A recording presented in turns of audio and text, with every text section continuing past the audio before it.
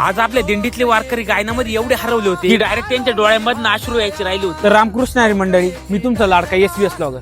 तर आज आपल्या महासती पायदिंडी सोहळ्याचा दुसरा दिवस। मग कोळपेवाडी गावामध्ये रात्रीचा मुक्काम झाल्याच्या नंतर दुसऱ्या दिवसात आमचा टोटल 25 किलोमीटरचा प्रवास होता। त्या कारणामुळे टाइमपास न करता आम्ही सकाळी सकाळी दिंडी काढली आणि नाश्त्याच्या ठिकाणी आलो। मग त्या ठिकाणचा नाश्ता झाल्याच्या नंतर आता आमचा 1-1.5 किलोमीटरचा प्रवास झाला होता। त्यात सकाळचा टाइम असल्यामुळे आमच्या पूर्ण वारकऱ्यांच्या चेहऱ्यावरती हसू आणि हरिनामाचा जप चालू होता। मग त्यानंतर आमची दिंडी पुढल्या नाश्त्याच्या ठिकाणी पोहोचली होती। मग आता आमचा प्रवास 5 ते 6 किलोमीटर झाला होता आणि त्यानंतर 1-2 ठिकाणी चहा घेतला आणि आपली दिंडी पोहोचली दुपारच्या जेवणाच्या ठेपे। आता इथं पोहोचल्याच्या नंतर कोळपे डॉक्टरनी खूप भारी सेवा दिली होती वारकऱ्यांसाठी। मग तिथं दुपारचं जेवण झाल्याच्या नंतर आता आमचा मुक्काम होता कोराडे गावामध्ये। मग दुपारच्या ठेप्यापर्यंत आमचा टोटल 12-13 किलोमीटरचा प्रवास झाला होता आणि याच्या पुढे पण आम्हाला 12 ते 13 किलोमीटर जायचं। मग जाताना महादेव मंदिरापाशी आमचा चहाचा नाश्ता झाला आणि तिथंच आत्याला घेऊन आपला अंकुश बाबा पण मग त्यांचा निरोप घेतल्याच्या नंतर तिथून निघालो आणि त्यानंतर नाश्त्याच्या ठिकाणी आलो। पण त्यामध्ये आपल्या भजनी मंडळीचं कौतुक करावं तेवढं कमीच बरं, कारण की एवढ्या तालासुरामध्ये भजन आदी अभंग म्हणणं आणि त्याच भजनावर आमच्या वारकऱ्यांचं नाचणं।